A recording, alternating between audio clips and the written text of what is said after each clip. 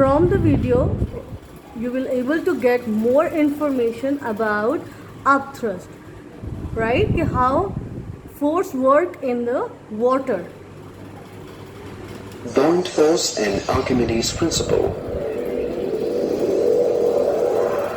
What is buoyant force? Let us understand the meaning of the term buoyant force by performing simple experiments. Push a cork down into water taken in a tumbler. What do you observe? The cork rises up and comes to the surface, is experiencing an upward force. The upward force is due to the force exerted by water. The downward force which we exert counters the upward force. This upward force experienced by an object immersed in any liquid is called the upthrust or buoyant force. This force acts opposite to the force of gravity.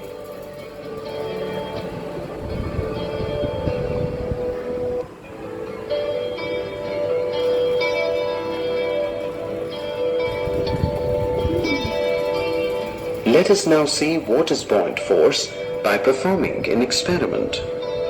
The materials required are a can with a spout, a stone, beaker, measuring jar, and a spring balance. Arrange the can and the beaker on the table as shown here. Pour water into the can till the water starts overflowing through the spout. When water stops dripping, replace the beaker by another beaker. Suspend a stone with the help of a string from the hook of a spring balance and record its weight.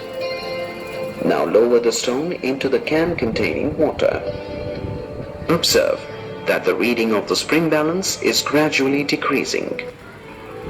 Record the reading of the spring balance when the stone is completely immersed in water.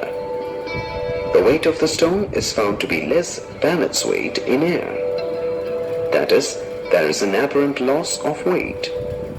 We observe that water overflows through the spout of the can. Pour the water into the measuring jar and note the reading. The observed reading gives the volume of water displaced.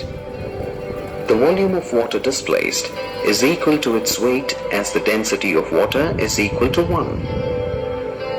The apparent loss of weight of the stone in water is equal to the weight of the water displaced by it. That is, the buoyant force or upthrust experienced by an object immersed in a liquid is equal to the weight of the liquid displaced.